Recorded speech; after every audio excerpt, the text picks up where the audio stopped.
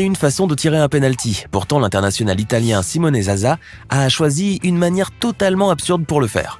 En effet, lors du match de la sélection italienne contre l'Allemagne, lors de la compétition de l'Euro 2016, et après 120 minutes de jeu, l'issue de la rencontre devait se jouer au tir au but. Simone Zaza devait ainsi tirer le deuxième penalty de l'Italie, juste après que son coéquipier Lorenzo Insigne a réussi à marquer le premier. Mais voulant très probablement afficher son originalité et déstabiliser par la même occasion le gardien de but allemand, Zaza a tenté une technique qui lui est propre. Il a ainsi parcouru les quelques mètres qui le séparaient du ballon, en trottant d'une manière particulièrement ridicule, à la manière d'un hamster en cage ou d'un équidé trottant vers son écurie. Malheureusement, le geste final était aussi lamentable que la prise d'élan du joueur, puisque son tir ira filer tout droit vers la lune, n'effleurant même pas d'un pouce la cage allemande. Il aurait peut-être mieux valu oublier le style et se concentrer sur son tir. Parmi les pénaltys les plus surprenants de toute l'histoire du football, impossible de ne pas parler de celui tiré par le joueur de Maldives, Ashad Ali Adoubaré, lors du match de son pays contre la sélection afghane. En effet, et contre toute attente, le jeune attaquant maldivien a trébuché pile poil au moment de tirer un penalty, s'étalant de tout son poids sur le gazon, juste devant le ballon qu'il était censé frapper. Mais ce n'est pas tout, car Ashad va se relever sur le champ, et après un furtif coup d'œil vers l'arbitre, il continue son penalty en tirant un véritable boulet de canon qui trompa le gardien Mansour Fakiriar. Le gardien afghan fut en effet hautement déstabilisé par la chute volontaire ou involontaire d'Ashad Ali, au point de ne plus pouvoir se concentrer sur la trajectoire du tir. Si certains voient une jolie feinte pour ce penalty réussi qui a rendu mondialement célèbre le jeune joueur maldivien, d'autres pensent qu'il s'agit d'une véritable chute. À vous d'en juger et de nous dire ce que vous en pensez sur la partie commentaire. Le penalty que vous voyez sur cette séquence démontre clairement que le facteur chance devrait aussi être pris en compte par les joueurs, tout comme par les coachs. La preuve en image lors d'un match du championnat mexicain des moins de 17 ans dont l'issue a dû être déterminée par la fatidique séance de tir au but. Le jeune joueur de Guadalajara, Diego Campillo, a exécuté le premier penalty de son équipe, en assénant un puissant coup en direction des cages. Malheureusement, ce dernier ira directement heurter la barre transversale du goal adverse, avant de disparaître très loin dans les airs, hors du champ de vue de la caméra. Toutefois, et alors que Campillo et ses coéquipiers rageaient d'avoir raté leur première occasion, le ballon finit enfin par redescendre et par rentrer directement dans le filet en raison de l'effet accumulé par la balle au moment de heurter la barre de métal des cages, devant un gardien de but perplexe et ne sachant plus trop quoi faire. Le ballon n'étant ni sorti du terrain ni touché par un autre joueur, le but fut donc concédé au joueur pour la plus grande déception du jeune gardien de but, trahi par sa propre cage. Certains pénaltys resteront à jamais gravés dans les mémoires, mais pas tout à fait comme l'aurait espéré leur malheureux auteur. Ainsi, et alors que son équipe se battait farouchement pour une victoire lors d'une séance de tir au but, le joueur vénézuélien Brendix Parra a voulu épater la galerie en tirant un pénalty très original. Le jeune attaquant a en effet voulu tromper le gardien avec une sournoise panenka en frappant d'une pichenette très molle la balle en direction du centre du but. Malheureusement pour lui, le gardien de l'équipe adverse n'a eu aucun mal à intercepter ce ballon, tellement mou qu'il en est devenu ridicule. Mais ce qui est le plus malheureux, c'est que la carrière de ce joueur malchanceux s'est immédiatement arrêtée à cause de ce penalty et de sa tentative ratée de panenka, puisqu'il a été évincé du club Manu Militari. Parfois, il vaut mieux rater en ayant tout fait correctement qu'attirer l'attention pour effectuer une action déplorable. Lorsqu'un joueur de la NBA tire un penalty, le spectacle est résolument assuré, surtout lorsque ce dernier tente une parodie d'un tir au but devenu viral, celui de Simone Zaza, lors de l'Euro 2016. C'est en effet durant un match de charité organisé en l'honneur de Michael Schumacher que l'ancienne gloire des Mavericks de Dallas, Dirk Nowitzki, tenta d'inscrire un penalty en imitant le joueur italien. Réunissant quelques-uns des plus grands noms du sport en Allemagne, c'est pourtant le géant allemand qui va captiver toute l'attention, en faisant le pitre du haut de ses 2,13 m, et ce tout au long de la rencontre. Sa tentative de retourner acrobatique en dit long sur ses performances footballistiques. Bien évidemment, le point culminant du show fut ce penalty, où l'on voit Nowitzki trotter avec ses jambes démesurées avant de frapper le ballon et de l'expédier très loin de la cage du gardien adverse. S'il devait y avoir un top 10 des pénaltys les plus impressionnants de toute l'histoire du football, celui que vous voyez dans cette séquence mériterait indubitablement d'y figurer en bonne place. Exécuté par Norik Avdalian, un jeune footballeur russe évoluant dans un club obscur, le penalty acrobatique à souhait a rapidement enflammé la toile, devenant viral en très peu de temps. Le jeune joueur a en effet pratiqué un spectaculaire salto arrière au moment de sa frappe, tout en logeant le ballon en pleine lucarne.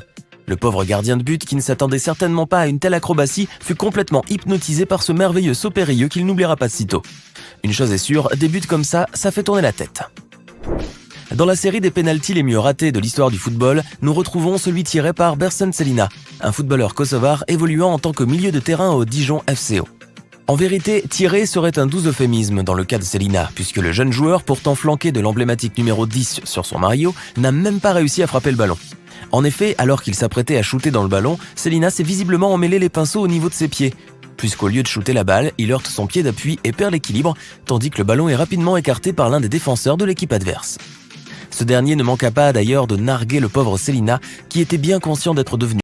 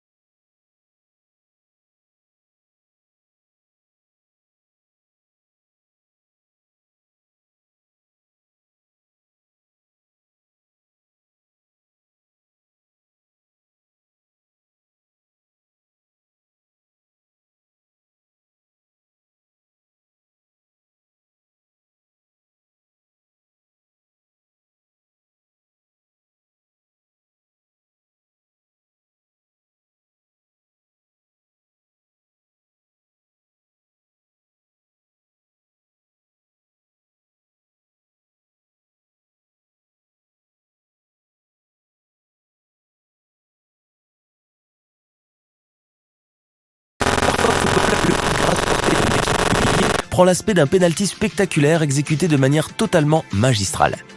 Tout le monde se souvient en effet du magnifique pénalty inscrit par l'ex-gloire du football émirati, Tayeb Awana, contre l'équipe du Liban lors d'un match amical opposant les deux pays en 2011.